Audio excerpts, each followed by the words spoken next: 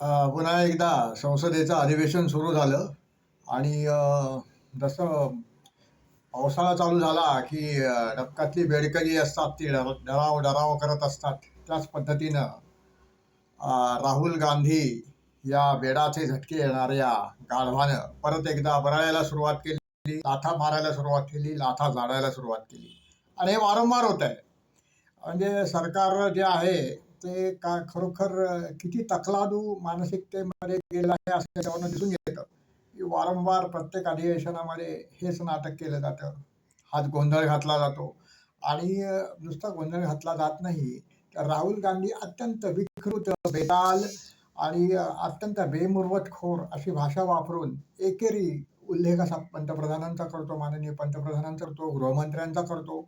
म्हणजे या नेत्यांना तो अक्षरशः शाळकरी मुलांप्रमाणे समजतो किंवा त्यांना इतकं कमी किंमत देतो, की अक्षरशः ते जसे काही रस्त्यावरचे पडलेले भिकारी आहेत, अशा पद्धतीने पंतप्रधानांची अवहेलना करतो आणि हे भारतीय जनता पक्ष सहन करतं. हे खरोखर हे हे सहनशक्तीच्या पलीकडे आहे सामान्य हिंदू माणसाच्या. याच्याविरुद्ध काहीतरी कारवाई करणं आवश्यक आहे आणि या वेड लागलेल्या, वेळाचे झटके येणाऱ्या गाढवाला तुम्ही मोकळं सोडलेलं आहे, हा तुमचा दोष आहे. हा अनेक प्रकरणांमध्ये अडकलेला आहे. तो कधी आतमध्ये जायला पाहिजे होता तसं पाहायला गेलं तर. तो जामिनावरती बाहेर आहे. त्या सगळ्या सगळ्या आता कायदेशीर प्रक्रियांची पूर्तता करून त्याला आतमध्ये टाकणं सगळ्यात जास्ती आवश्यक आहे. कारण त्या माणसापासून समाजाला धोका आहे. एक वेड लागलेलं जे गाढव असतं ते माणसापेक्षा घातक असतं. म्हणजे मी त्याला कुत्र्याची उपमा अजिबात देणार नाही. कुत्रा हा इमानदार प्राणी असतो, की ज्याची खावी पोळी त्याची वाजवावी टाळी या पद्धतीने तो ज्याच्या नावे ज्याच्याकडनं त्याला मिळतं त्याचा हे करत असतो. परंतु राहुल गांधी जो आहे तो पिसाळलेलं गाढव आहे. जे त्याच्या गाढवाचा मेंदू बसवलेला आहे आणि कधी कधी कुत्र्यासारखं वागतो आणि त्याला वाटतं की आपण घोडा आहोत म्हणून. तर अशा व्यक्तीसाठी त्याला ज्याचं वर्णन शब्दामध्ये तुम्ही करू शकत नाही असा मनुष्य विरोधी पक्षनेता झालेला आहे. ठीक आहे, त्याला काही जनतेने निवडून दिले त्यामुळे तो आज त्या ठिकाणी आहे. परंतु तुमचं एक कर्तव्य आहे, तुमची ही एक लज्जा रक्षणाची काहीतरी पातळी असली पाहिजे सरकारची असं मला वाटतंय ना. तुम्ही काहीही बोललेलं, काहीही केलेलं सहन करता म्हणजे रस्त्यावरच्या भिकाऱ्यापेक्षा तुम्हाला कमी किंमत मिळते आणि तुमचं इतकं लज्जारह वस्त्रहरण आणि लज्जाहरण केलं जातंय. खरोखर खेदजनक आणि निंदाजनक आहे. ह्याच्याविरुद्ध कारवाई सरकारने करायला पाहिजे आहे. निश्चितपणे करायला पाहिजे आहे.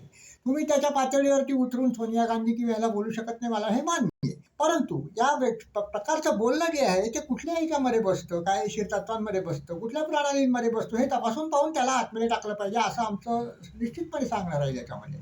आणि याच्यावरती कायमस्वरूपी इलाज भारतीय जनता पक्षाला पक्ष म्हणून करावा लागेल, सरकार म्हणून करावं लागेल. सरकारची म्हणून काही जबाबदारी आहे की नाही हा प्रश्न आम्ही शेवटी विचारतोय.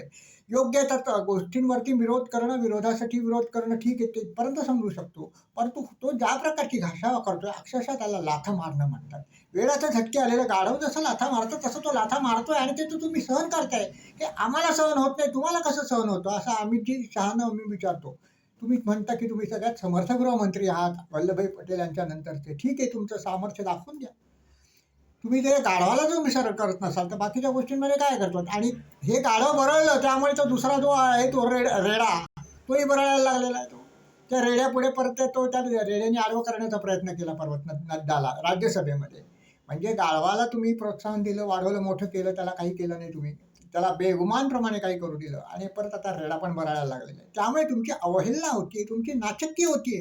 हे कुठले तुम्ही विश्वगुरू आहात त्याच्यामध्ये.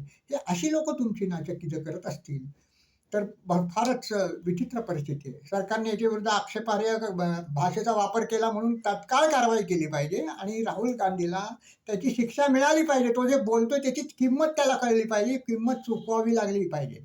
आपण पंतप्रधानांना बोलतोय, माननीय गृहमंत्र्यांना बोलतोय. विरोधी पक्ष म्हणून त्याचं काम ठीक आहे, विरोध केला. मोदीने विरोध केला, हिंदुत्ववादाची भूमिकेवरती ते ढळले म्हणून विरोध आम्ही करतो. परंतु त्यांची एक प्रकारची त्यांची एक राजकीय स्तर आहे. राजकीय एक त्याच्या प्रकारे त्यांना मानवंदना ही दिलीच पाहिजे. ते देशाचे पंतप्रधान आहे. त्या प्रकारे आदर आणि निष्ठा त्यांच्याबद्दल दाखवणं प्रत्येक भारतीयाचं कर्तव्य आहे. ते एक आदराचं स्थान आहे पंतप्रधानपद. त्याची एक गरिमा आहे आणि त्याचं रक्षण न करता तो जो काही वेड्यासारखं झटके आल्यासारखं बोलत असेल तर त्याला त्याची किंमत चुकवावी लागेल. त्याला राहुल गांधीला जेव्हा कळेल की आपण याची किंमत आपल्याला चुकवावी लागते तेव्हा तो कसं बरणं थांबवेल. तोपर्यंत त्याचं बरणं चालूच राहील आणि हे आम्हाला सुद्धा ऐकावं लागेल वारंवार.